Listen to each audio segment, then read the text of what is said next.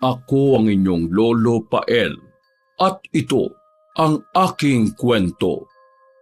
Nasa sapa ang kambal na 12 anyos na batang sina Balong at Densyo.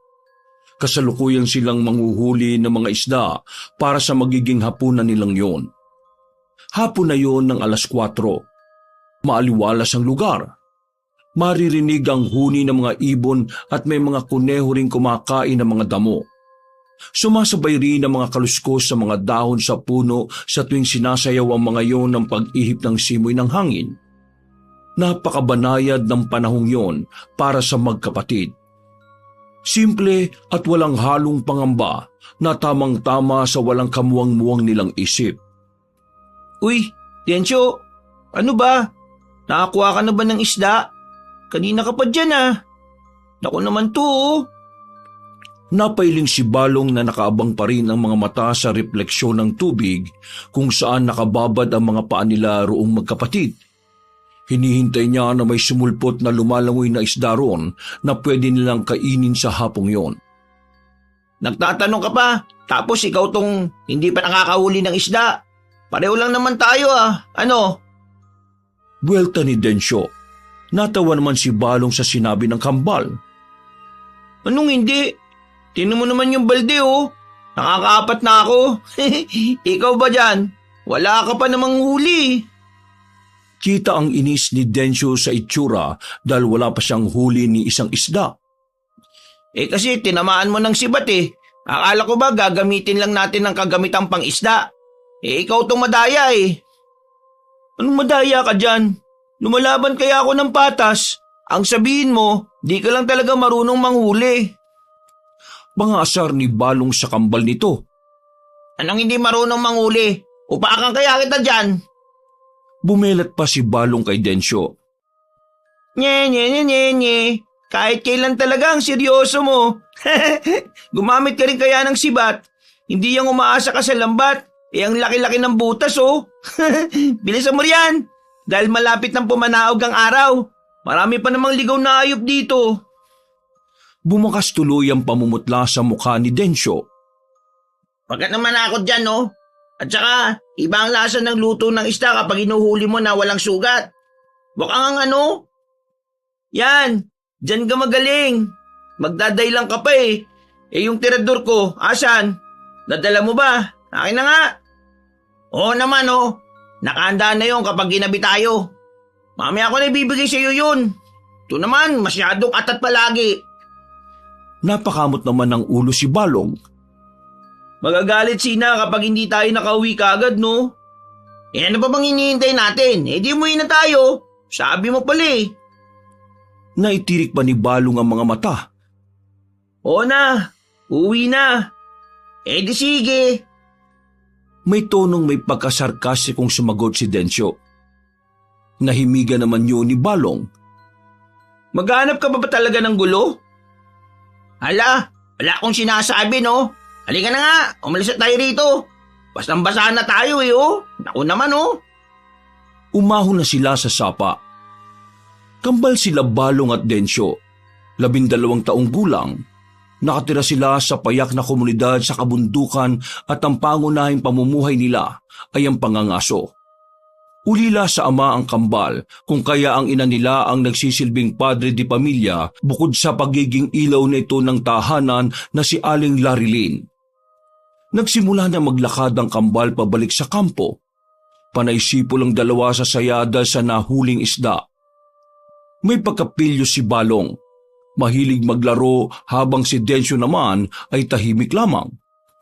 Minsan ay nagbabangayan sila dahil sa magkaibang ugali ngunit sa lahat ng oras sila ay magkakasundo.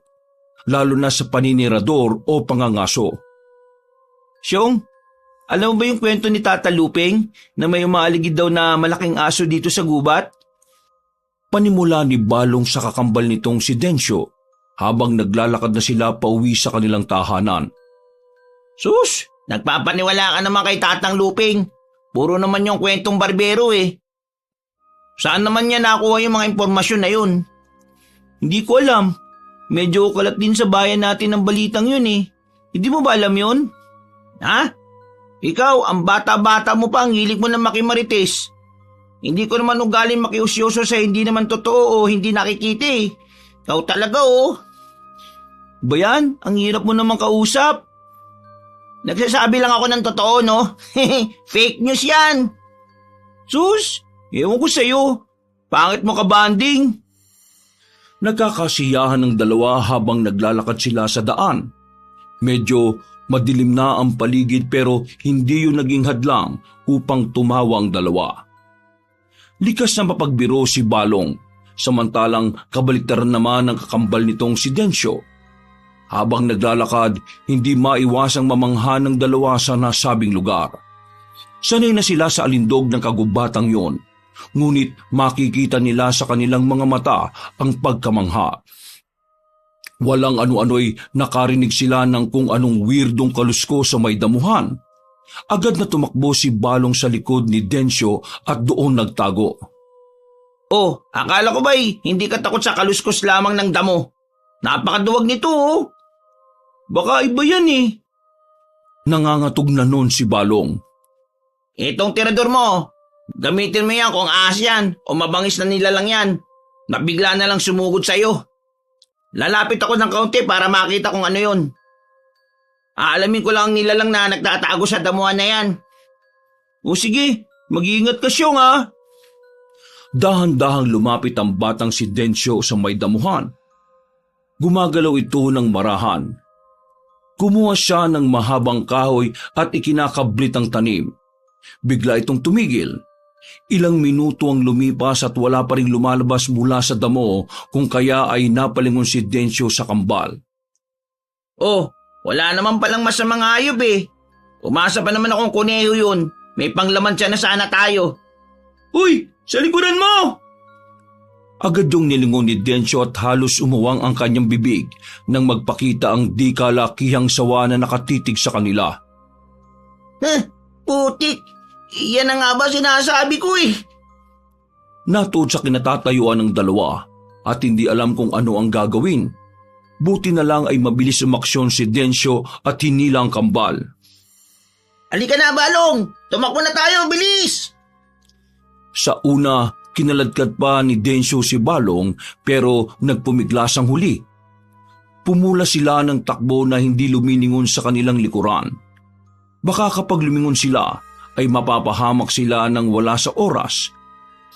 Huwag kang lumingon! Tumakbo lang tayo hanggang sa abot ng ating makakaya! Takbo lang sila ng takbong magkapatid. Subalit hanggang sa hindi inaasahan, nahulog si Balong sa isang hukay na tinabunan ng mga damo. Hindi nila napansing may butas ang kanilang dinaraanan. Sus ko po! Balong! Aray ko! Ang sakit! Balong! Balong! Tulungan mo ako, Syong! Palabasin mo ako dito! Medyo may kalaliman ang butas na kinahulugan ni Balong. Hindi yun maabot gamit lang ang kamay ng kakambal. At isa pa, nakaupo lang ang bata habang umiiyak at humihingi ng saklolo. May sugat ang kanang paa ni Balong. Kinakabahan ng kambal na baka may pilay din ito o grabe ang pinsalang natamo ng kapatid. Napasa po si Densyo ng bibig sa awa dito. Ngunit sa kabilang banda, pinalakas niya ang loob ng kanyang pinakamamahal na kambal. Huwag ka umiyak! Hahanap ako ng paraan para makalabas ka! Maging matatag ka, kambal! Saan ka pa pupunta, kuya? Aray ko! Nangingilid ang luha sa mga mata ni Balong habang sapo ang nasaktang binti. Hahanap ako ng pwede makakatulong sa atin. Dito ka lang ha. Babalikan kita kagad. Tisin mo muna ang sakit. Hindi pwedeng ganito. Bumalik ka, kuya. Ipangako mo yan ha. Halos madurog ang puso ng kakambal nang marinig niya ang katagang kuya mula kay Balong. Kahit kambal sila, ay mas naunang mailawal si Densyo, kaya dapat na maging malakas ang loob niya kapag hahanap siya ng paraan upang makaahon si Balong sa may malaking butas doon. Walang inaksayang oras ang bata at dali-dali siyang tumayo saka nagpalinga-linga sa paligid upang humingi ng saklolo. Tulong! Tulungan niyo kami! Tulungan niyo ang kakambal ko! Hindi magkamayaw ang sigaw ng bata dahil sa pagiging taranta nito. Umaalingaw-ngaw lang ang boses nito sa buong kagubatang yon. Kaliwat kanan ang kanyang paghahanap at hindi niya napansing nagdidilim na. Ayaw niyang iwan ang kakambal. Maya-maya'y nakatagpo siya ng kakaibang usa na kulay asul sa kanyang harapan. Medyo may katangkaran nito at naglalakihan ng kanyang mga sungay. Napansin ng hayop na may nakatitig sa kanya kung kaya't umangat ang ulo nito. Mailap na tumakbo ito papalayo sa bata subalit sinundan naman ito ni Densyo. Hindi may alis sa kanyang mga mata ang pagkamangha. Walang ano-ano'y tumigil ito. Huminto din naman ang paslit. Nakarinig siya ng ungol na wari na sasaktan sa bandang kaliwa. Hindi nakabisado ng bata ang daan. Baka magkandaligaw-ligaw na siya at hindi mabalikan ang kanyang kakambal na kapatid. Dahil sa kuryosidad ay dahan-dahan itong lumapit. Papalakas ang ungol na naririnig ni Densyo, subalit hindi siya natinag. Hindi naglaon ay may nakita siyang binatang nakasandal sa matayog na puno. Medyo dugaan ito at malalim ang sugat sa bandang tiyan. Agad itong dinaluhan ng bata na may pag-aalala na sa mukha. May sugat ka? Anong nangyari po sa inyo, kuya? Nag-aalangan siyang hawakan ng sugat nito dahil baka mas lalo pa yung lumala kapag pinakialaman. Tulungan mo ako. Aray! Panay ang inda sa sakit ng binata. Tutulungan kita. Anong pangalan mo? Ang pangalan ko'y Arnel. Isa ako sundalo. Aray ko! Sobrang sakit na. Bata! Aray! Arnel, kuya, tutulungan kita. Alam kong isa itong desperadong pakikiusap pero tulungan mo rin ang kakambal ko, ha? Anong nangyari? Biglang nagkaroon ng nakakahabag na emosyon sa dibdib ng bata. Papauwi na kami galing pangingisda nang mahabol kami ng sawa at nahulog siya sa may butas. Hindi ko po siya maabot eh. Saan siya ngayon? Aray! Kuya, kaya niyo po ba? Isa ka pong kasing sundalo eh. Titingnan kung makakaya ko, bata. Hindi ko rin po kasi alam kung nasaan si Balong na kakambal ko. Nawala po ako dahil may nakita po akong usa. Isa pong asul na usa. Inabol ko po kasi. Pasensya na po. Oo, sige. Tutulungan kita. Aray! Pero bilang kapalit gagumutin niyo ako, ha? Parang nabunutan ng tinik si Densyo dahil sa narinig. Maliligtas na rin ang kanyang kakambal.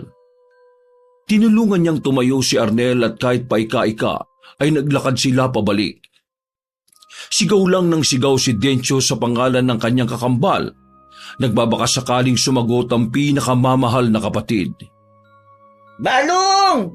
Balong, sumagot ka! Diyos ko naman, oh! Diyos ko, ba't ba ayaw sumagot ni Kambal? Mukhang naliligaw na nga yata kami, Malayo pa ba? Pasensya na po. Pakiramdam ko malapit na siya. Kakambal ko po yun Dumadaloy po sa isa't isa sa amin ang aming dugot laman. Kutob ko po na malapit na po tayo. Gumagabi na, subalit hindi pa rin nahahanap kung saang lokasyon ang kinaroroonan ni Balong. Alam ni Densyo na mapapagalitan sila ng ina dahil matagal itong hindi umuwi. Nang biglang naulinigan ni Arnel ang mumunting boses na nasa unahan nila. Dito! Tulungan niyo ako! Ayun, nandun siya. Tulungan mo ako makapunta ron. Densyo, bilis. Ayun na yata ang kapatid mo. Opo. Naku, maraming salamat po. Siya nga po yun. Paano niyo po narinig? Sundalo ako. Sanay na ako makarinig kahit nabibingi ako sa puro putukan ng gera. Ay, ganun po ba? Sige po. Narating na nila ang nasabing butas kung saan nahulog si Balong. Halos madurog ang puso ni Densyo pagkakitang maduming-madumi na ang kakambal habang hawak-hawak ang kanang paa nito. Natitiyak ni Densyo na may nalaglag na sa lupa roon sa gumawa ng butas na yon. Balong! Balong! Ayos ka lang ba? May tutulong na sa atin. Kuya! Salamat at bumalik ka! Sabi ko naman sa iyo hindi kita pababayaan May inihagis ang sundalong si Arnel na baging sa malalim na butas na yon, kung saan nabitag ang kakambal na kapatid. Kumapit ka sa baging na to, bata. Hihilain kita palabas dyan. Sige po, gagawin ko po. Ikaw naman, bata. Tulungan mo akong iahon ng kapatid mo. Opo, kuya. Nagtaka si Densyo kung saan galing ang baging. Kanina ay wala naman ito. Iniwaksi niya ang kanyang iniisip. Agad niyang dinaluhan si Arnel at kumapit din sa baging habang hinihila ang kakambal. Puno ng pawis at dumi ang tatlo, samantalang hingal na hingal din ang kasama nitong binatang isang sundalo na si Arnel. Kaunti na lang. Kumapit ka sa kamay ko, bata! Sinikap ni Balong kunin ang kamay ni Arnel. Hila pa rin ang hila ang ginagawa ni Densyo at ramdam niyang nagiinit na ang kanyang mga palad. At sa wakas ay nakuha rin si Balong na nooy iyak na ng iyak at yumakap sa kambal. Akala ko, hindi mo na ako babalikan, kuya. Pwede ba yun? Kumusta ka na? Masakit ba paa mo? Buti hindi ito nabali. Maraming salamat talaga, kuya. Huwag kang magpasalamat sa akin. Magpasalamat ka kay Kuya Arnel. Ha? Kuya Arnel? Natigil ang iyak ni Balong at sabay nilang tiningnan si Arnel na nakatingin din pala sa kanila. Nakangiti siya habang hawak-hawak ang tiyan nito. Hindi ba't sabi ni Ina, bawal tayong kumausap ng hindi natin kilala?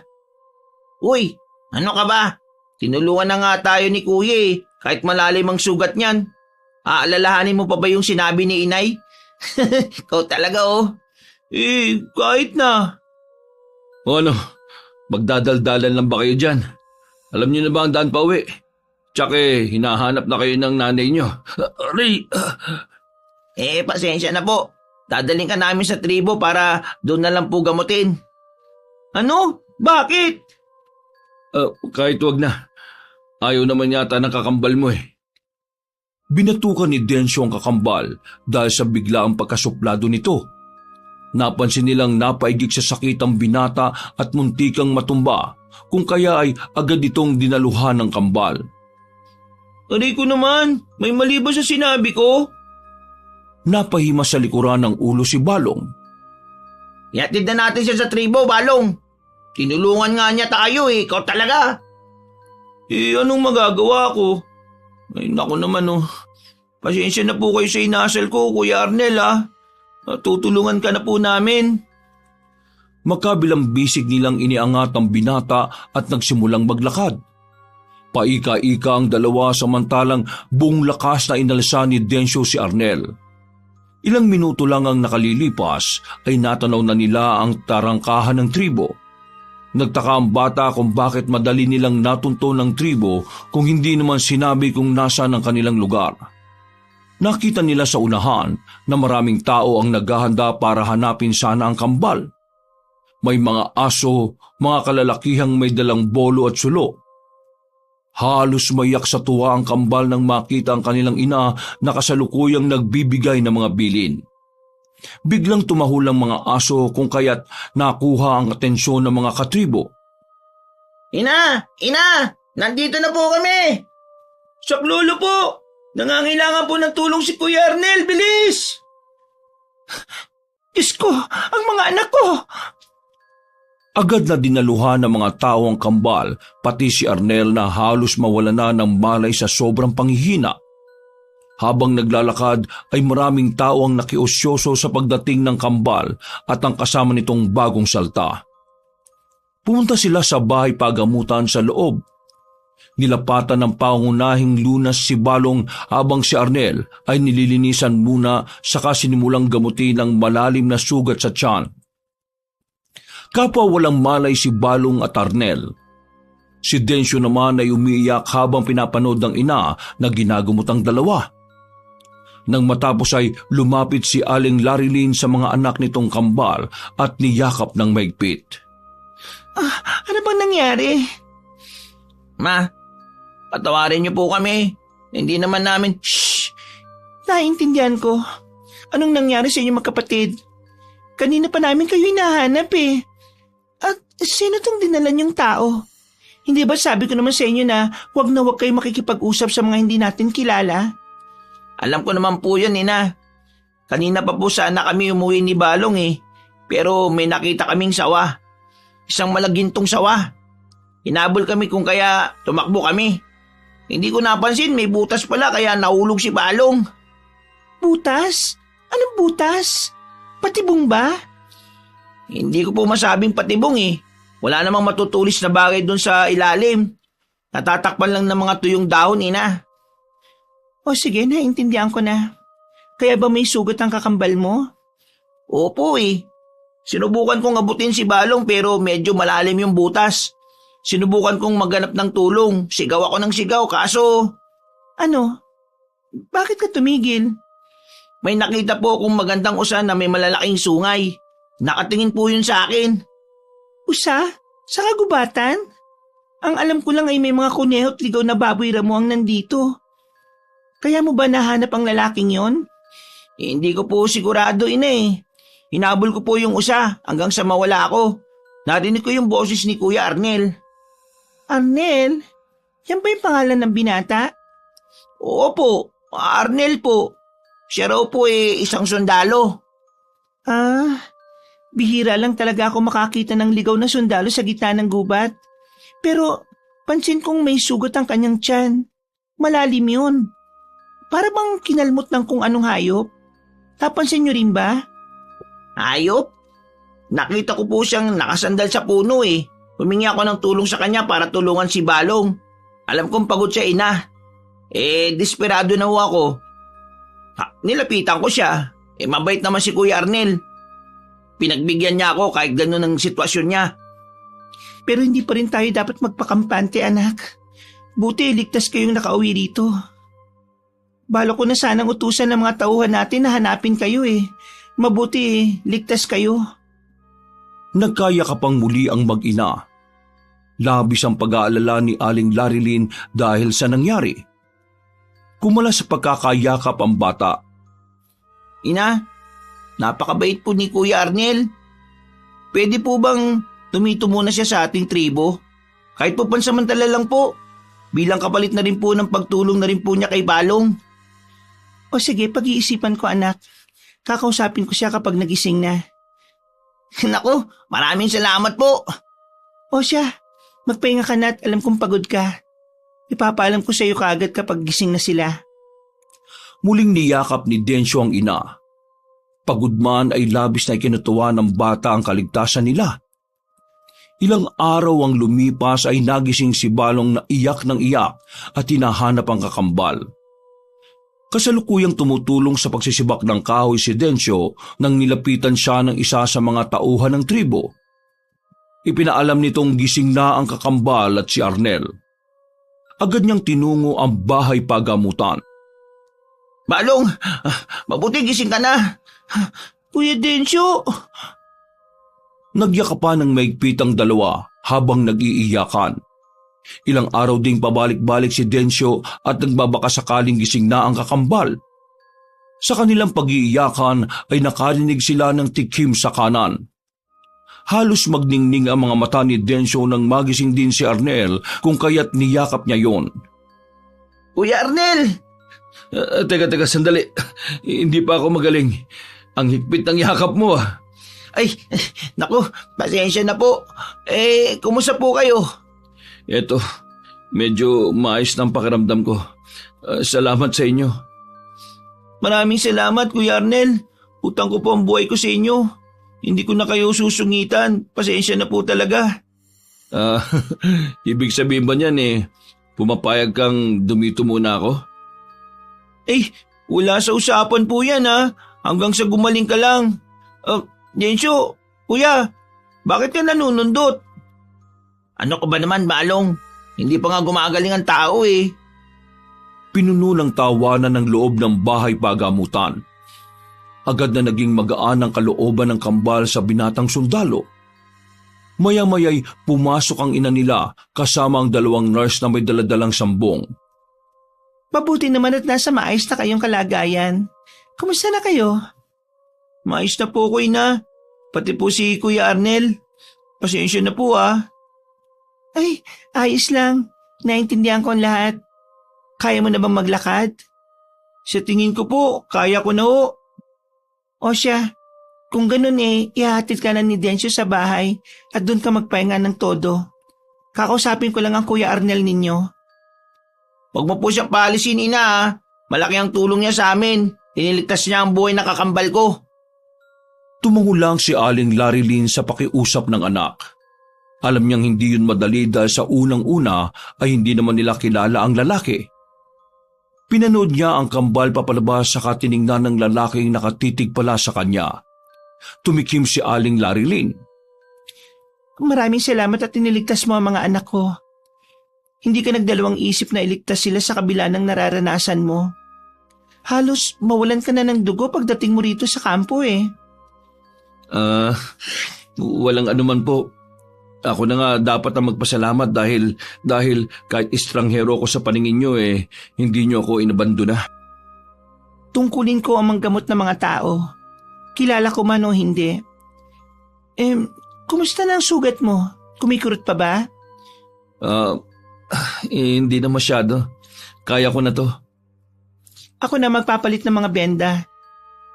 Maingat na tinanggal ni Aling Larilyn ang mga bendang nakadikit sa sugat ni Arnel. May panakanakang pag-igik ang binata. Nilinis gamit ang maligamgam na tubig na may sambong ang sugat ni Arnel. Pagkatapos ay pinalitan nito ng panibagong tela. O ayan, maayos na ulit. Makakaginhawa ka na ng maluwag. Maraming salamat Siya nga pala, maaari ko bang malaman ang pangalan mo? Tawagin mo na lang akong Lynn. Ikaw ba ang leader ng tribong ito? Paano mo nalaman? Wala. Hinuha ko lang yon. Ibinigay ni Aling Larilyn ang pinaglumaang benda sa kasama nitong mga nurse at sinenya siyang maaari na silang umalis. Sabi ng anak kong si Densyo, nakita kanya sa punot nakahandusay. Bakit? Pinalibutan ako ng mga grupo ng bandido at sinubukan nila akong patayin. Patayin? Pero bakit? Alam kong sinabihan na kayo ng mga bata na isa akong sundalo. Pinadala ako rito sa kagubatan upang magmasid pero sa kasamang palad nakaengkwentro ako ng 6 na bandido. Hindi makapaniwala si Aling Larilyn sa narinig. Alam niyang maraming bandido sa gubat pero hindi niya sukat akalaing ganito kalala ang sitwasyon. Naintindihan kita. O sige, dumito ka muna. Papayag ako kasi yun ang hiling ng mga bata. At bilang kapalit, huwag mo sanang sirain ang tiwala ng tribo sa'yo. Nagpasalamat si Arnel sa sinabi ng babae. Pinangako niyang hinding-hindi niya sisirain ang tiwala ni Aling Larilyn, lalo na ng mga bata. Ilang araw ang lumipas ay nanumbalik ang lakas ni Arnel at siya ang naging gabay ng kambal lalo na sa pangangaso. Isang araw, nagpuntang 3 sa sapa upang kumuha ng mga isdang uulamin. Malinaw ang tubig na umaagos at malamig ang simoy ng hangin na siyang nagpapasayaw din sa dahon ng mga puno. Kapwa gumagamit ng sibat ang kambal. Ayan, nakahuli na naman ako. 2 puntos kay Balong. Nakahuli rin ako, no? 3 puntos naman sa akin. Anong 3 puntos? Nandadaya ka. Anong nandadaya? Hindi kaya? Oo. Nagbabangay na naman kayong dalawa. Puro lang naman hito ang nakukuha nyo Kuya Arnel naman, tinatawanan nyo kami. Sus, palibasa po hindi kayo marunong mangaso kaya nangaasar lang kayo. Pangangaso ba ka mo? Alam nyo bang dyan ako eksperto? Pumunta si Arnel sa kinaroroonan ng kambal. Sinalubong ng kanyang mga paa ang lamig ng tubig sa sapa. Pumikit siya. Ano yan, Kuya Arnel? Nagdadasal? Ibang klase Ayan ka na naman, Balong Inaaway mo na naman si Kuya Arnel Hindi na puno ng tawanan sa sapa. Nasa tubigan na si Arnel na parabang naghihintay ng milagro. Walang ano-ano'y kinumpas niya ang kanyang kamay at pabulusok na nilagay ang mga kamay sa tubig saka dinampot ang buhay na isda. Hindi makapaniwala ang kambal sa nasaksihan. Ha? Anong pakababalagan ito? Iyon oh, nakakuha ng buhay na isda ang kuya natin oh. Oh, tingnan nyo. Hindi ba't nakakamangha? Kaya mo palang mangisda gamit lang ang kamay? Paturo naman kami. Oo nga, paturo kami. O sige. Ihandaan nyo mga sarili nyo. Dito kayo pumwesto sa gilid ko. Tumakbo papalapit ang kambal sa binata. Nakapwesto sila na parang handa ng mangdakip ng hayop. Hintayin nyo ang signal ko, ha? Opo. Ngayon na! Labis ang tuwa ng kambal nang sabay nilang nakuha ang isda gamit ang kamay, subalit tumalon yun at nakatakas. Napatawa si Arnel sa mga mukha nila Densyo at Balong. Walang ano-ano'y nakaramdam siya ng kakaiba sa gubat kung kaya't napatingin siya sa paligid. Tumigil na muna kayo sa panguhuli ng isda. Umaan na tayo, dali! Po? Bakit po? Basta sumunod lang kayo sa utos ko! Umahon silang tatlo at dali-daling iniligpit ang mga gamit. Tinulungan ni Arnel ang dalawa na magmadali dahil pakiramdam niya ay kanina pa may nagmamasid sa kanila. Ihandaan yung mga tirador ninyo! Bakit kuya? May nagmamasid sa atin. Pigil hiningang pinagmasdan ng tatlo ang paligid. Biglang tumahimik masyado ang lugar. Nag-uunahan ng kaba ng bawat isa. Nagsimulang maglakad ang kambal ng dahan-dahan nang biglang may gumalaw sa damo sa kanilang harapan. Baka kuneo lang yan. Oo nga, hindi kaya baka sawa. Sawa na naman, hindi ba siya nagsasawa? Nagawa mo pang gumawa ng joke ha? Kinakabahan na nga ako dito eh. Tumahimik kayong dalawa. Ako na ang mauna. Kinuha ni Arnel ang maliit niyang punyal sa kanyang likod at dahan-dahang naglakad papunta sa damuhan. Maingat ang kanyang mga yapak at diretso lang ang tingin. Walang ano-ano'y lumabas ang isang maitim na baboy ramo at masama itong nakatingin sa kanila. Ala, baboy ramo! Ako nang uhuli! Diyan lang kayo. Ako nang tutugis nito. Lingid sa kaalaman ng kambal ay iba ang aura ng hayop. Bagaman maitim ang kulay ng balat nito ay makintab din tulad ng mga diamante. Isa lang ang ibig sabihin nito. Hindi ito pangkaraniwang baboy. Biglang sumugod ang baboy kay Arnel.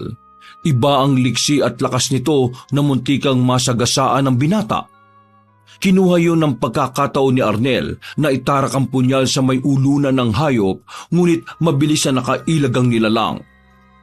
Tumakbo ang baboy ramo. Papalayo sa kanila na sinundan naman ng binata. Bumilis ang baboy ramo. Agad na hinarang ni Arnel ang nilalang, sa kanya ginamitan ng kakaibang liksi ang nilalang na biglang naging tao. Agad na humingi ng tawad ang nilalang kay Arnel. Ang sabi pa nito ay pinababantayan siya ni amo. Kumunot ang noo ng binata sa narinig. Dahil ayaw niyang makita ng kambal na nagbagong anyong lalaki, ay agad niyang tinusok ang leeg, saka ginilitan, saka naging abo ang lalaki.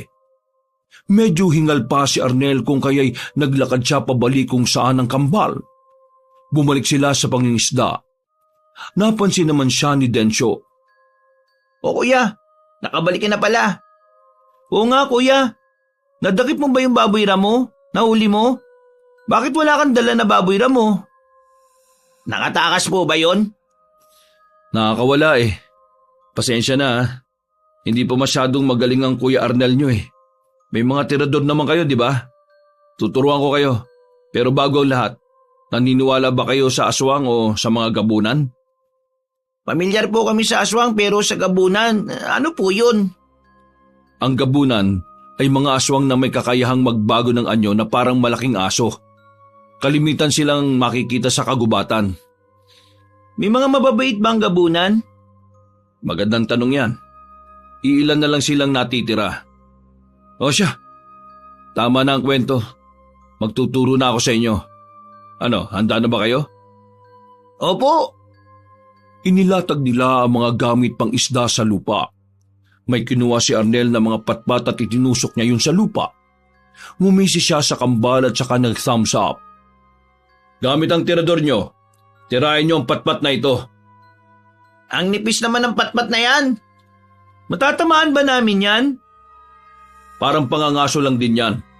Kahit gaano kalaki o kaliit ang mahahanap ninyo, dapat matamaan nyo sila. Hiniram ni Arnel ang tirador ni Dencio at ininspeksyon yon. Hinila niya ang garter nito. Kumuha siya ng maliit na bato saka inilagay sa tela saka hinila ang garter. Itinuwid nito ang tirador at inayos ang tindig.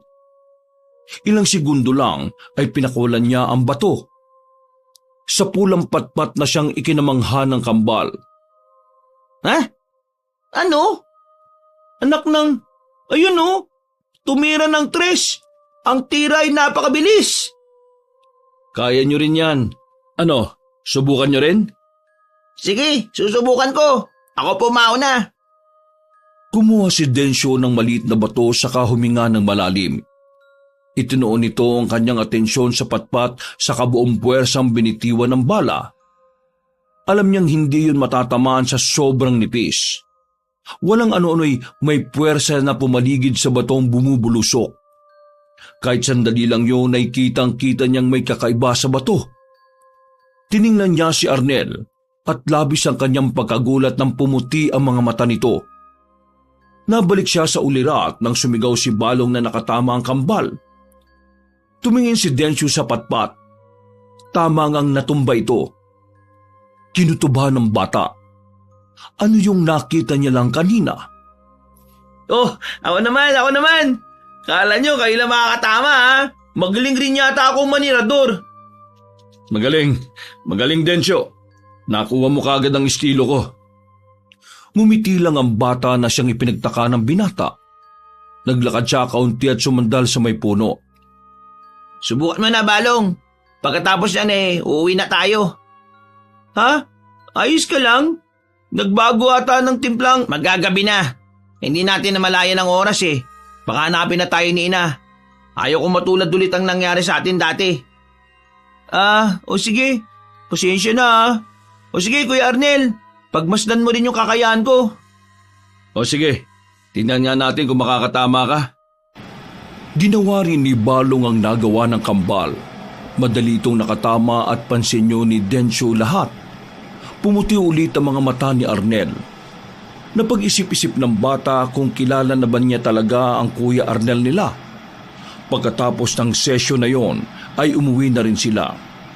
Hanggang sa kinagabihan ay hindi pa rin maalis-alis sa isip ng bata ang nakitang pagbabago ng mga mata ni Arnel. Natapos na lang ang kanilang hapon at nakatulog na ang mga tao ay lumabas ang bata. Hindi niya alam kung papaano kakausapin ang Kuya Arnel niya. Nakaupo siya sa may batuhan at nakatitig sa buwan. Oh, malalim yata iniisip mo Ay, nandiyan ka pala, Kuya Arnel. Akala ko po nakatulog na kayo. Hindi pa naman ako inaantok ikaw, bakit nandito ka? Malalim na ang gabi Hindi rin po ako makatulog Kuya. May iniisip lang. Tungkol sana naman. Maaari mo bang ibahagi sa akin? Ano kasi? Nakita mo yung kanina, no? Ay, pasensya na po kayo Wala ka naman dapat ihingi ng pasensya. Ako dapat ang humingi ng dispensa kasi inilihim ko sa inyo lahat. Napabuntong hininga rin ng binatang si Arnel bago maluwag na ipinagtapat ang sikreto nito kay Dencio. Hindi ka po tao, Kuya. Tama po ba? Kakayahan namin ang mag-anyong tao. Ano po kayo? Napatikim muna ito bago sumagot. Sundalo ng kagubatan. Sundalo po ng kagubatan? Meron po bang ganon? Gusto mo bang makinig sa kwento kung bakit kami tinawag na sundalo? Opo. O sige. Bumuelo muna si Arnel tapos ay nagkwento sa paslit. Ang tawag sa amin ay gabunan. Kaya naming magpalit ng anyo kahit kailan naming gustuhin. Dati, iisa lang ang grupo ng mga gabunan at ako sana ang gagawing hari. Subalit, meron din akong pinsan na bagay din maging leader. Nung una magkasundo pa kami. Pero isang araw, biglang nagbago ang kanyang ugali. Lalong-lalo na yung kanyang pakikitungo sa amin. Hindi ko sukat akalain na pagtataksilan niya ako. Paanong pagtataksil? Bakit po kayo pagtataksilan? Yan nga ang hindi ko alam eh. Maraming pumanig sa kanya. Traidor siya. Ang gusto ko lang sana magkaroon ng kapayapaan ng kagubatan na ito. At kung maaari maging kaibigan din namin ng mga tao pero hindi na naituloy ni Arnel ang susunod na sasabihin dahil bigla itong may naalala na hindi dapat malaman ng paslit. Kaya ka rin ba napadpad sa gubat ng panahong yun, kuya? Ibang kaso rin yon. Hindi talaga ako pinalibutan ng mga bandido. Ang mga tauhan nila ang gumawa sa akin ito. Po? Bakit naman po? Dahil kusa akong tumiwalag sa grupo. May ilan pa sanang gustong sumamang makatakas pero nahuli rin sila. Buti na lang natagpuan niyo ako. Buti na lang natagpuan mo ako. Hindi ko po alam ang dapat kong sabihin. Hindi naman ako natatakot sa iyo Pero maraming salamat at iniligtas niyo yung kakambal ko Lingid sa kalaman nilang dalawa ay nakikinig pala sa kanilang likuran si Balong. Kapag kadakay, bigla na lang itong lumitaw. Ang astig! Napalingon pareho ang binata at bata kay Balong. Uy, Balong, kanina ka pa ba dyan? Oo, simula nung lumabas ka sinundan na kita. Ang astig mo, Kuya Arnel. Nagagawa mo po bang lumipad? Buong pagmamalaking sumagot naman si Arnel. Abay oo. Kayo bang dalawa, hindi kayo natatakot sa akin? Napayuko ang ulo ng gabunan. Bakit naman kami matatakot, Kuya? Kabutihan nga po ang inyong binibigay sa amin Malaki ang utang na loob namin sa inyo, Kuya. Kahit di ka po pangkaraniwang nilalang napakabuti naman po ng puso ninyo. Hindi makapaniwala si Arnel sa narinig. Dahil doon ay kampante na ang kanyang loob na ipakita kung sino at ano siya sa harap ng kambal. Gusto niyo bang maranasan na lumipad? Gagawin ko yun para sa inyo. Tumango ang kambal sa tanong ng binata. Makikita sa mga mata nila ang pagkasabik. Biglang nagbago si Arnel at nag-anyo itong puting lobo. Napatras ang kambal, ngunit nang tingnan sila ni Arnel ay agad na umangka si Densyo doon. Inilahad niya ang kanyang kamay sa kakambal. Pagkakataon na natin to, Balong. Pero Tara na, sandali lang naman tayo O sige, tara na. hinatak ni Densyo si Balong patungo sa Kuya Arnel nilang nag-anyong puting lobo. Nang makasampa na sa likod si Balong ay nagsimulang tumakbo ang anyong lobong gabunan na binata. Sumasalubong sa kanila ang malamig na simoy ng hangin. Kumapit ang dalawa sa makapal na balahibo ng lobo. Huwag kayo matakot! Kumapit lang kayo! Eto na ako! Lilipad na ako! 1, 2, 3! Biglang napasigaw ang magkapatid nang lumipad na ang lobong yon na nasa likuran nito. Wow! Woo! Grabe! Ay, naku! Ang taas! Ha! Kumapit ka lang, kambal! Kumakapit nga Nalulula lang ako! Napuno ng tawanan ng tatlo sa kailaliman ng gabi habang bilog na bilog ang buwan. Tunay na masaya ang kanilang nararamdaman dahil sa ito ang unang beses na naging masaya ang mga bata. Kahit sa isang gabi lang. Ilang araw ang lumipas ay maayos ang naging daloy ng pamumuhay. Kasalukuyang nangangaso ang kambal. Sa kabilang banda ay palaging abala ang tribo. Naiwan ang kanilang ina na si Aling Larilyn habang ginagamot ang mga pasyente. Maagang sumikat ang araw, sumisilip sa pagitan ng mga sanga ng matatayog na puno. Nanatili ang hamog, kumikinang na parang mga perlas sa mga dahon at dabo. Naririnig ang huni ng mga ibon at ang marahang pagaspas ng hangin.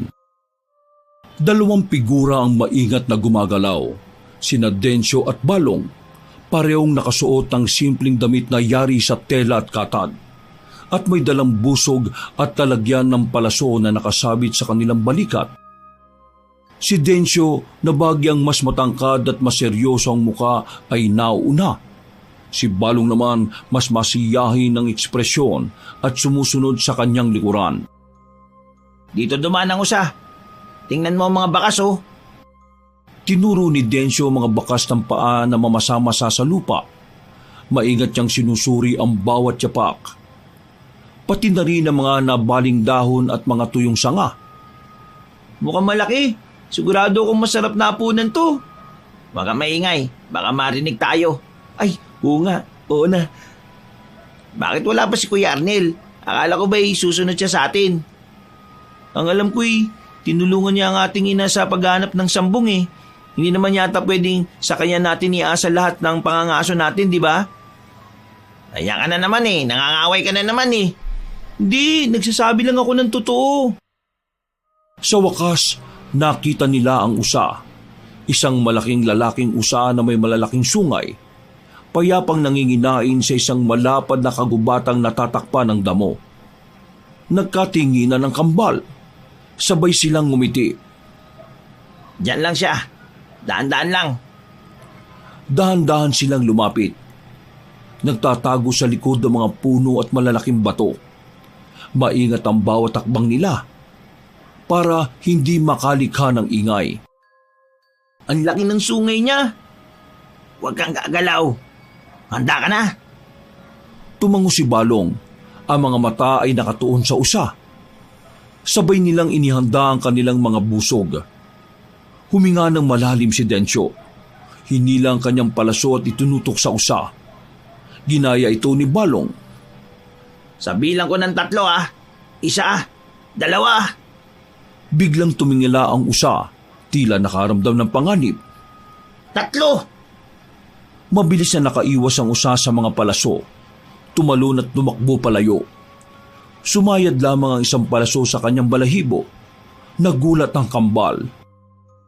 Ay sayang, nakaligtas! Tumakbo ang usa papasok sa makapal na bahagi ng gubat. Agad ding tumakbo ang kambal para habulin ito. Mabilis na tumakbo ang usa sa gitna ng mga puno. Umiiwas sa mga sanga at mga ugat. Sinusundan ito ng kambal. Tumatalon sa mga nakaharang na bagay at tumatakbo sa mga madulas na lupa. Ang kanilang paghinga ay bumibigat na, ngunit hindi sila sumusuko. Hindi ko na kaya. Ang bilis niya.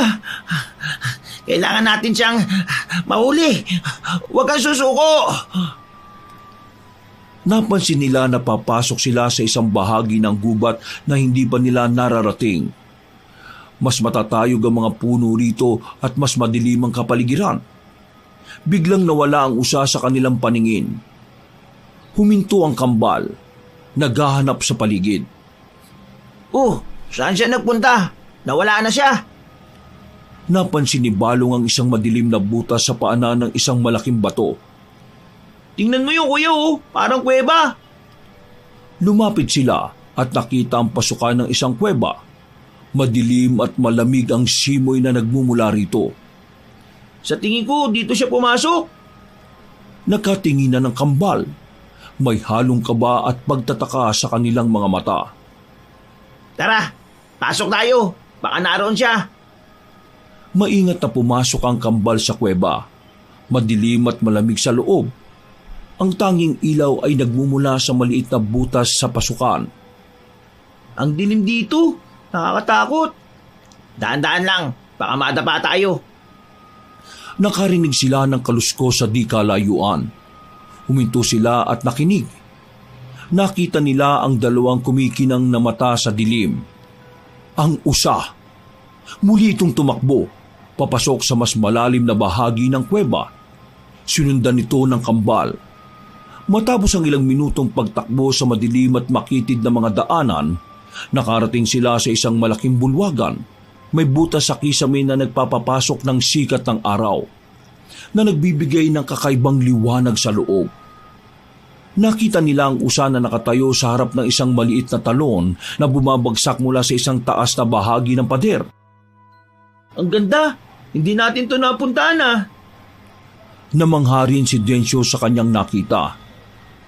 Ang mga pader ng bulwagan ay natatakpan ng mga stalactite at stalagmite. Kumikinang sa ilalim ng sikat ng araw. Ang talon ay bumubuo ng isang maliit na lawa sa paanan nito. Hindi ko akalain na may ganitong lugar dito. Tumingin sila sa isa't isa at isang ngiti ang sumilay sa kanilang mga labi. Nakalimutan na nila ang kanilang pangangaso. Walang ano'y may pumapalakpak sa hindi kalayuan. Otomatikong naging alerto ang kambal. Ha? Sino yan? Magpakita ka! May lumabas na bulto ng lalaki sa gilid ng bulwagan. Maayos ang suot nito at takangiti sa kambal. Ang pangalan ko ay Timo. Kayo, ano mga pangalan ninyo? Ako po si Densyo. Ako naman po si Balong. Abay, napakakisig na mga binatilyong to ah. Sa tingin ko'y nanguhuli kayo ng mga usa. Tama ba? Paano niyo po nalaman? Mga alaga ko sila. Dito kayo nakatira? Hindi. Nasa unahan pa ang bahay ko. Baka gusto niyong pumunta ron. May mga masasarap na pagkain doon. Salamat po sa pag-alok, Mang Timo. Pero hindi po kami nagugutom eh. Aalis na lang po kami. Pasensya na't balak sana namin manghuli ng usa eh. Hindi namin alam na alaga niyo pala yon. Sa pagtalikod ng kambal ay ngumiti si Timo. Dahan-dahan ang pagbabagong anyo ng mga usa. Naging itim na gabunan nito. Sa tingin niyo ba'y makakatakas kayo rito? Nakaramdam ng kilabot ang kambal sa nasaksihan. Napatumba sa takot si Balong samantalang natuod naman sa kinatatayuan si Densyo. Hindi nila sukat akalaing makakaharap nila ang kauri ni Arnel. Kayo magiging hapunan namin. Pagsisisihan niyong pumunta kayo rito sa teritoryo ko. Kumigpit ang kapit ni Densyo sa palaso. Iniisip niyang sana ay dumating ang Kuya Arnel niya. Akmang sasakmanin na sana sila nang biglang may umalulong sa bukana ng kuweba.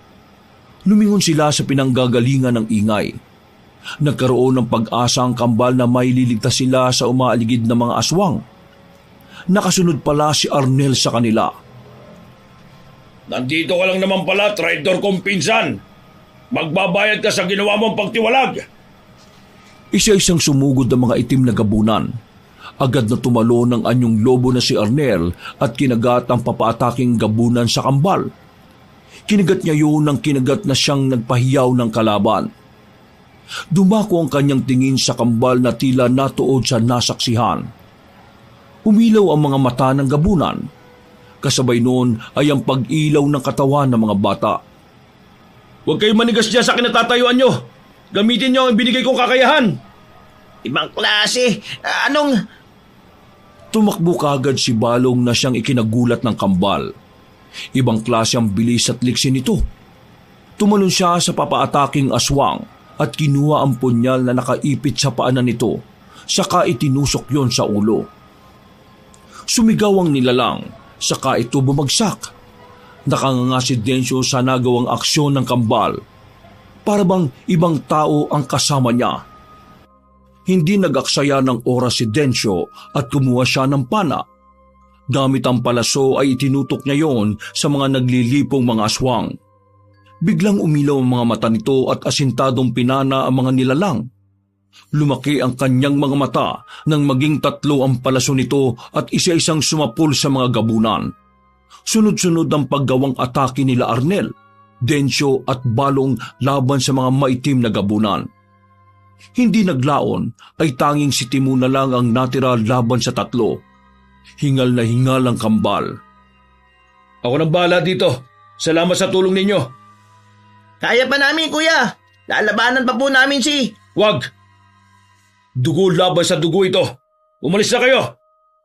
Kung makapagsalita ka sa kanila parang wala kang kasalanang nagawa. Wag dito. Pinagbabayaran ko na yon. Anong ibig niyong sabihin? Gumagawa ka lang ng kwento. Ang tatanga ninyo!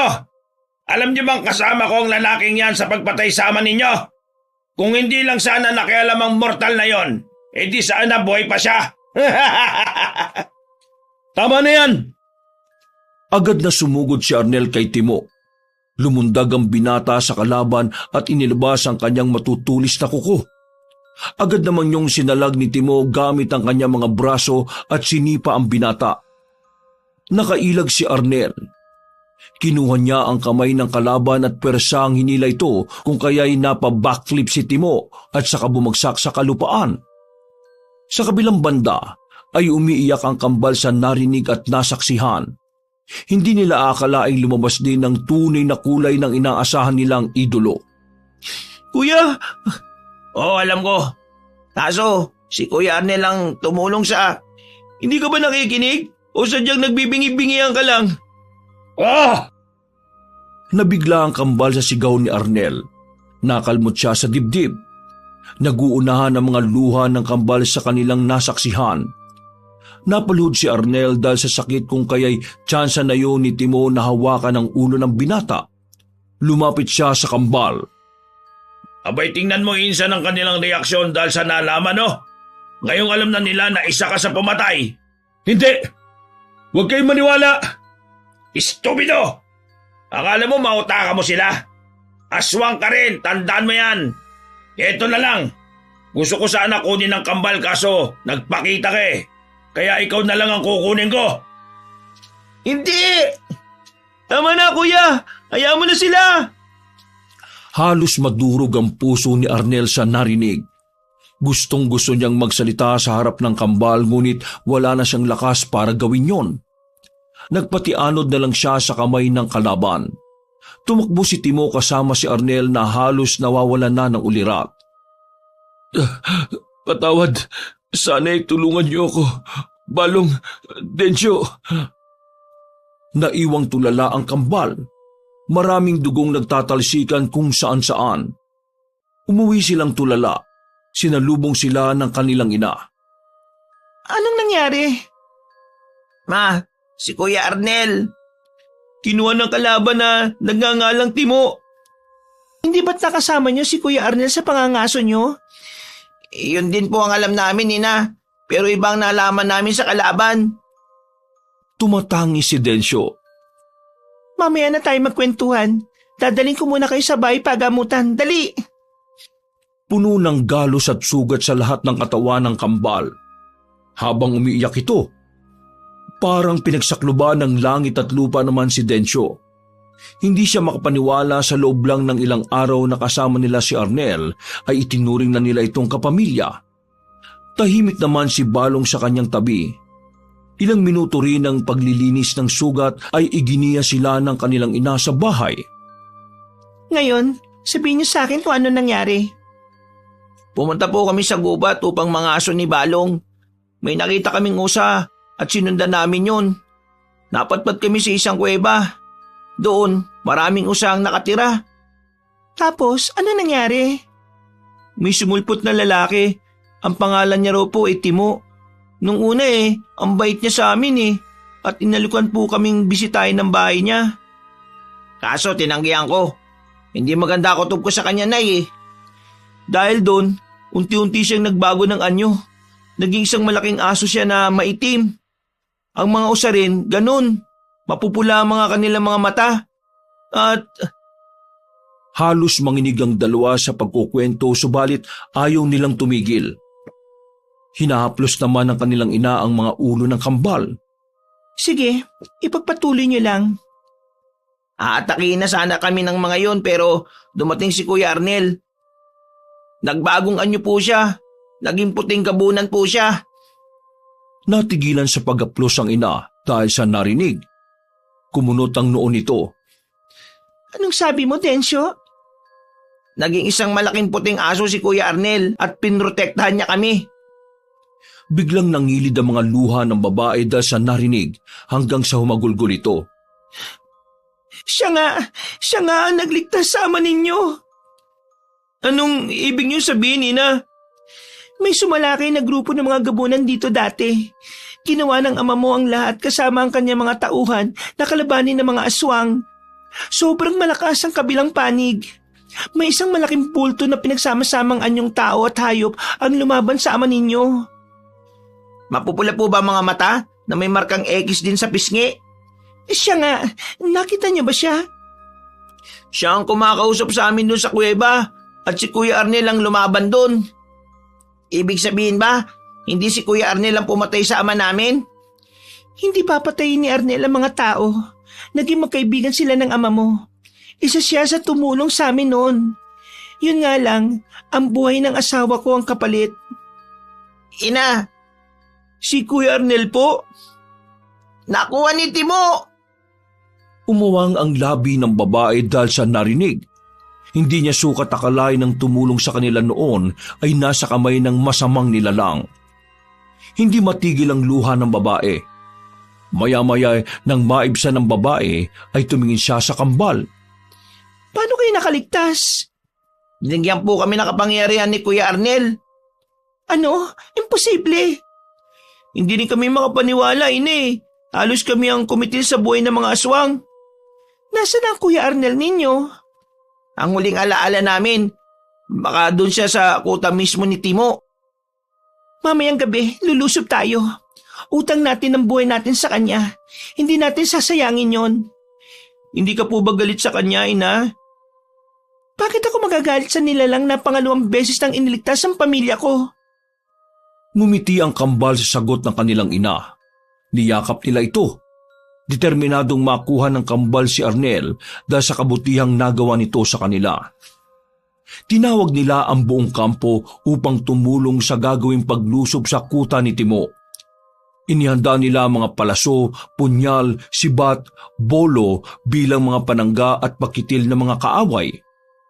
Nakahanda na rin sila Densyo at Balong. May dala silang tirador na siyang naging pandagdag sa sandata nila.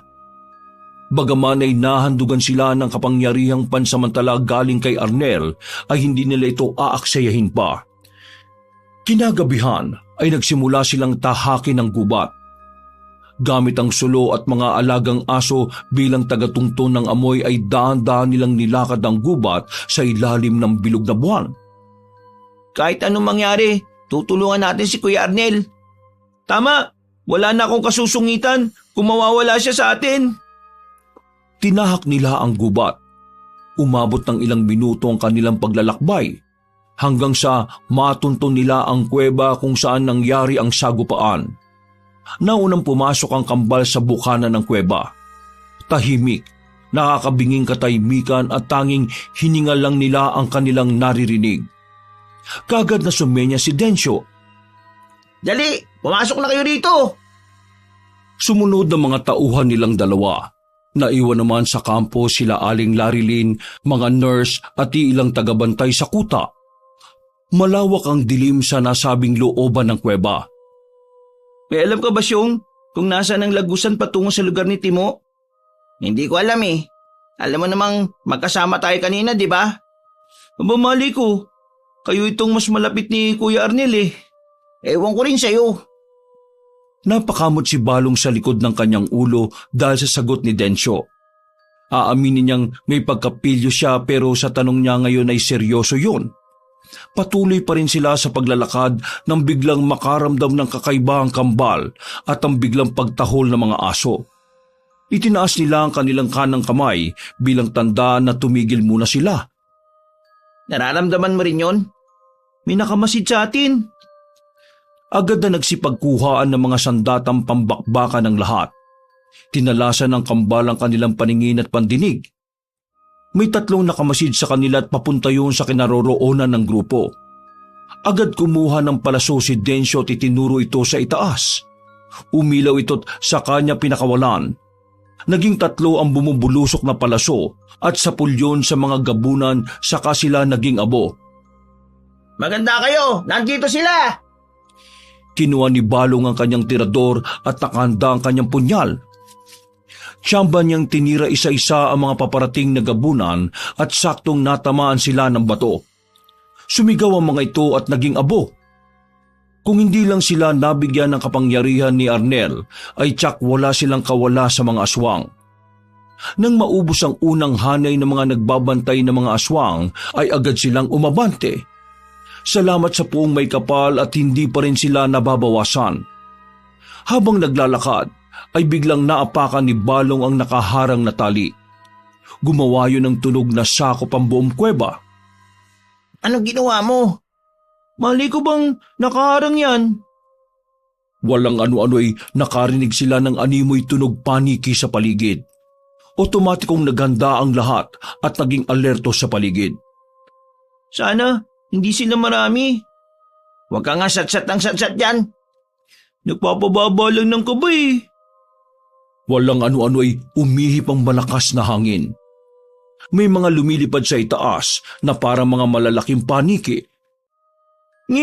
Paano natin yung makakalaban? Ano ka ba? Umayos ka nga. Nag-iisip yung tao dito eh. Medyo umatras ang grupo. Patuloy pa rin ang pagpagaspas ng mga paniki. Ilan dito ang may dalang tirador? Ako, ikaw. Ay, ayun, may 3 nagtaas ng kamay dun. May nagdala ba ng asin?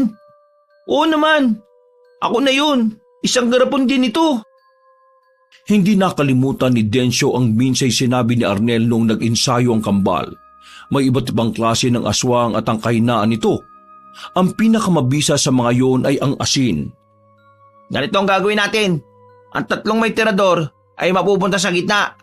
Kasama nyo kami ni Balong. Ang may mga sandata, papalibutan nila kami. Lalagyan namin ng asin ng mga bala at sisikaping tamaan ng mga lumilipad. Kapag natamaan sila, ay malaki ang tsansang bababa ito taatakihin tayo. Ang may mga sibat at palaso, tirahin nyo sila. Ang mga may bolo, putulin ang kanilang mga pakpak at kapag nakaswerte, pugutan ng ulo. Kuya? Tila namangha ang lahat sa ibinigay na estratehiya ng bata. Sa murang edad pa lang ay nagawa niyang bigyan ng gagawin ng mga kasama nito. Nagsimulang bumuo ng formasyon ng grupo. Atake na! Nagsimulang magpaula ng mga bato gamit ang tirador ang grupo nila Balong at Densyo. Nang isa yung mga lumilipad na aswang sa taas at ang iba'y bumubulusok pababa sa lupa na siya ring sinaksak ng kanyang mga kasama hanggang sa maging abo ito. Medyo marami ang napatay nilang nilalang. Tara na! Mauna na tayo, Balong. Sila na bahala rito sa mga yan. Kailangan natin iligtas si Kuya Arnel. O sige kuya, tara na. Tumakbo ang kambal papasok sa pinakagitna ng kuweba. Doon nakita nila si Arnel na may tali sa 2 kamay at paa, habang si Timo naman ay prenteng nakaupo lang sa trono nito. Nagngingit-ngit sa galit ang kambal. Kuya Arnel! Kuya Arnel! Nagising ng dahan-dahan si Arnel. Bugbog ang kanyang muka at tanging nakabukas lang ay ang kanyang kaliwang mata. Ngumiti ang binata pagkakita sa kambal. Dumating kayo. Magaling, magaling! Hindi ko akalain na mga pipitsyugi mga bata ay makakapunta rito. Halatang naturuan kayo ng traidor kung papaano makipaglaban Pumapalakpak si Timo habang naglalakad pababa, papunta sa kung saan nakatali si Arnel. Tanging sila na lang ng kambal, Timo at Arnel ang natitira sa pinakagitna ng kagubatan. Ang natitira sa pinakagitna ng lugar na yon. Pakawalan mo si Kuya Arnel ngayon din. Aba! Ang lakas ng apog mong utusan din ako Isa ka lang mortal! Huwag mo silang idadamay dito. Ako ang kalaban mo, hindi ba? May gana ka bang sabihan ako niyan? Halos hindi ka na nga makilala Humigpit ang kapit ng tirador ng kambal.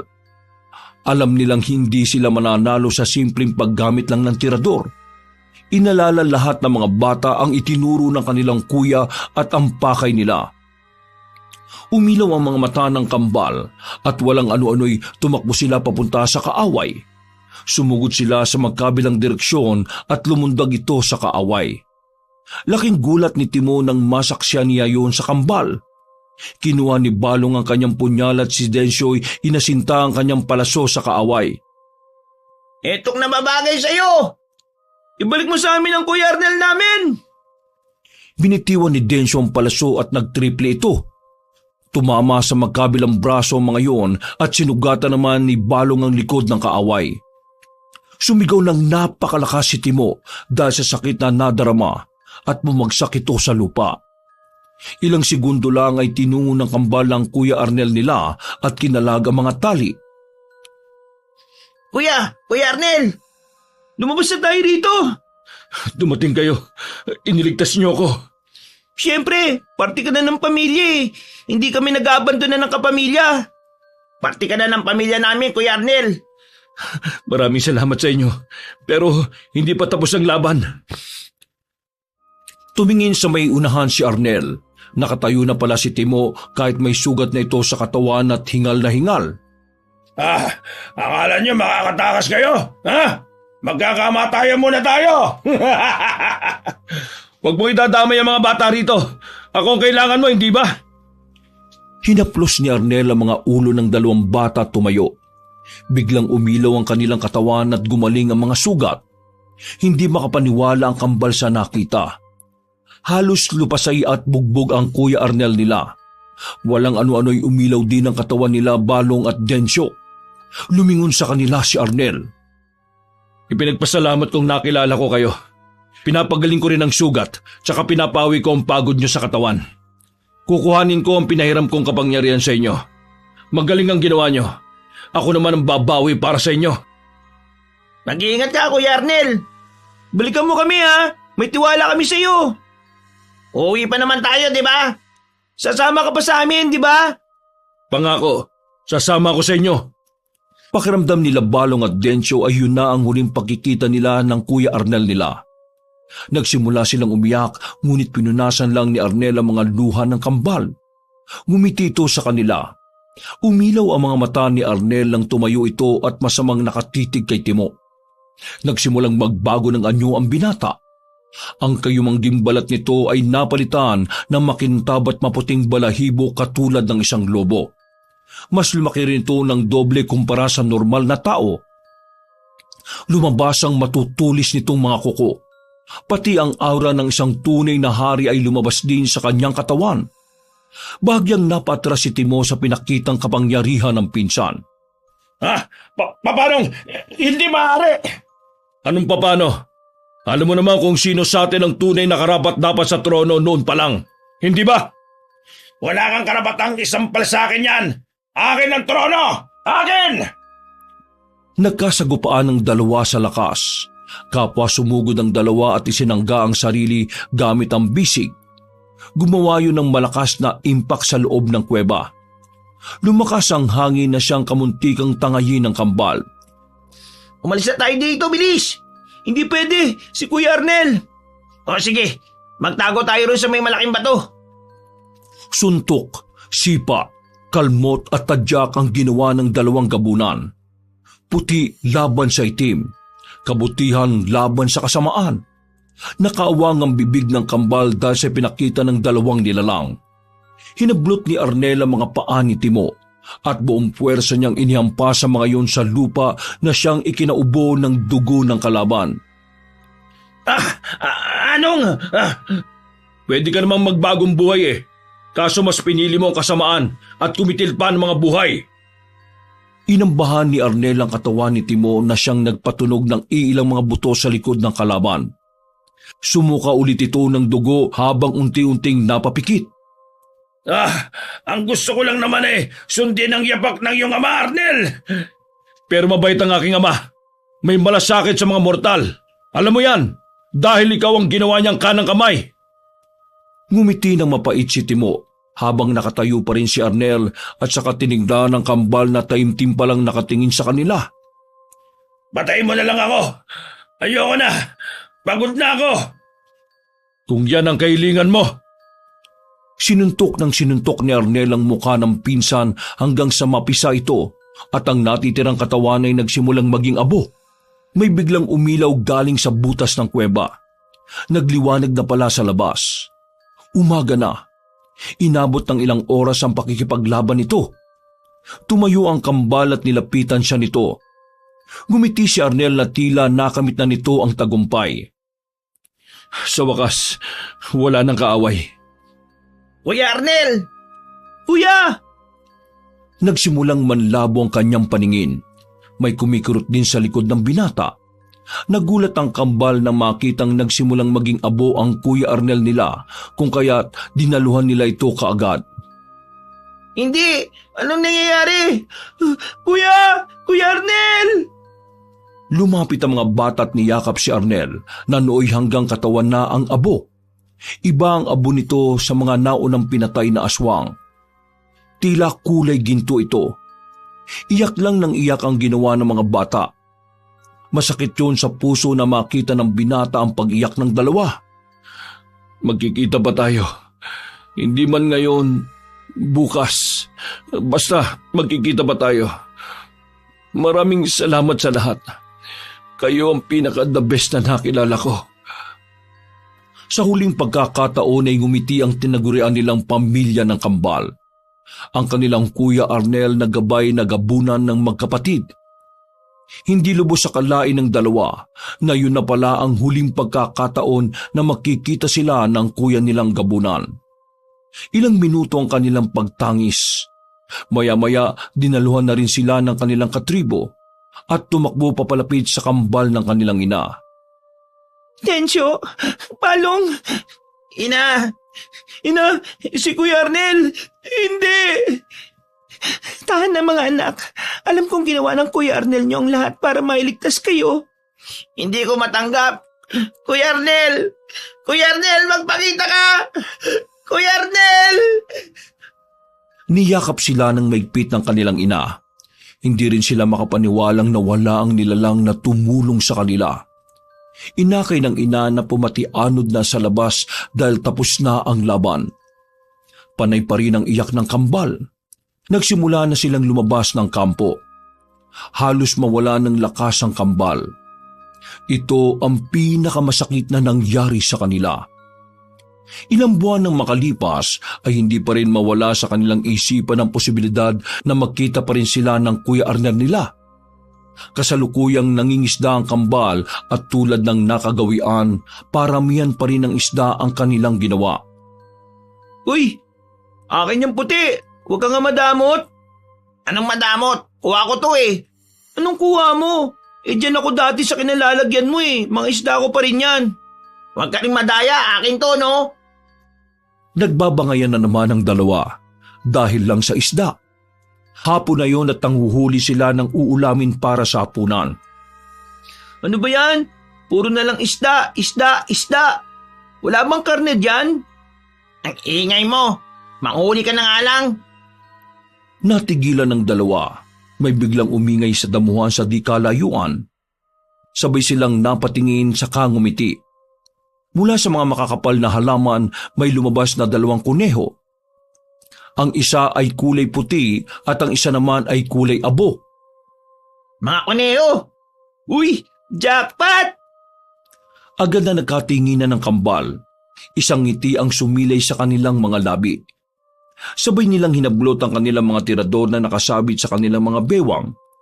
Mabilis ang kanilang mga kilos. Parang mga sanay na mga ngaso.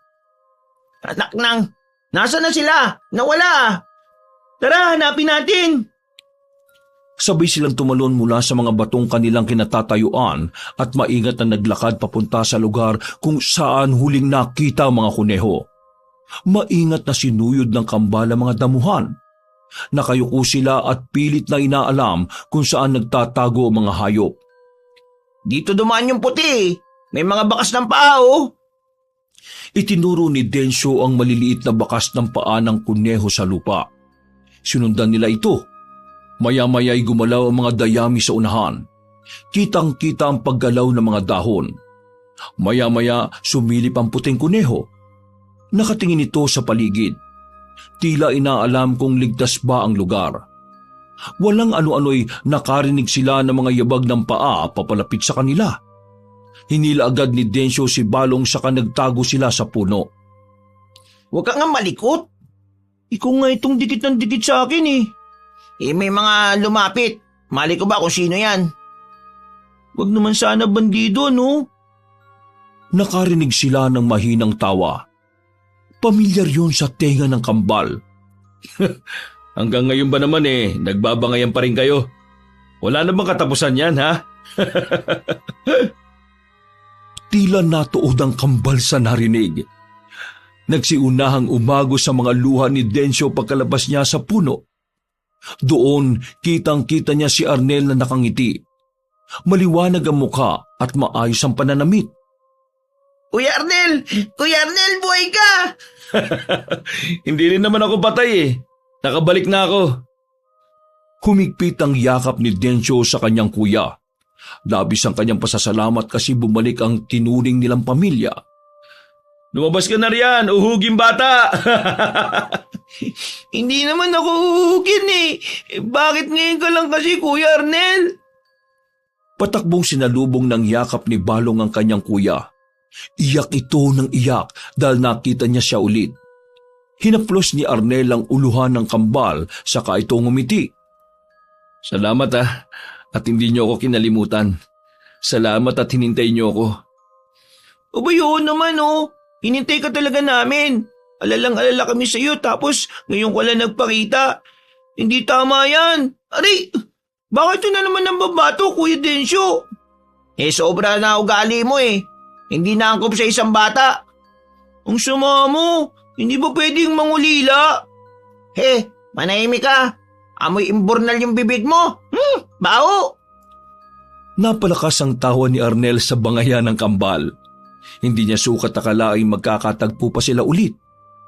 Tama nga ang sabi ng iba. Lahat ng nilalang ay may karapatang magbago. Ngumiti ang binata sa kambal. O tara na. Umuwi na tayo. Ikaw na nagaya Sus, turuan mo muna kami paano magtirador. Gusto pa namin matuto sa iyo para paglaki namin, uubusin namin yung masasamang aswang gaya ni Timo. Aroy! Biglang napayuko si Balong nang batukan na naman siya ng malakas ng kakambal nitong si Densyo. Babalik lang ni Kuya Arnel, ganyan na kaagad ang utos mo. Maya ka naman, uy! Aray ko! Malakas na binatukan din tuloy ni Balong si Densyo. Tawa naman ng tawa si Arnel sa kambal na nagbatukan na pareho sa isa't isa. Hinayaan na lamang din yun ni Arnel. Pero nang mapansing nagkakasakitan na, inawat na niya ang mga ito at masayang umuwi sa tribo. Sadyang hindi natin maipaliwanag kung ano bang meron dito sa mundong ibabaw na ating ginagalawan. Sadyang nababalot ng hiwaga. Natatakot man tayo sa ilang mga paniniwalang kababalaghan dito sa ating mundo, meron namang nilalang ang poprotekta kung pakikitunguhan lang din natin sila ng mabuti. Gaya sa magkambal na Balong at Densyo. Para sa magkapatid ay totoo si Kuya Arnel nila na isang sundalo sa kagubatan sa lugar ng kanilang tribo. Isang gabunan na matalik na kaibigang handang ipagtanggol sila hanggang dulo. Mga kabangers, si Kabanong po uli, also known as Lolo Pael. Nakikiusap po muli ako sa inyo na sana po ay ma-follow po ninyo yung ating Facebook page ng title ay Kabanong TV. Meron po kami mga magagandang upload po doon na sana ay mapanood po ninyo, makapag-comment po kayo, makapag-like at sana po ay ma-share nyo rin po. Asahan ko po kayo. Maraming salamat po. Wakas!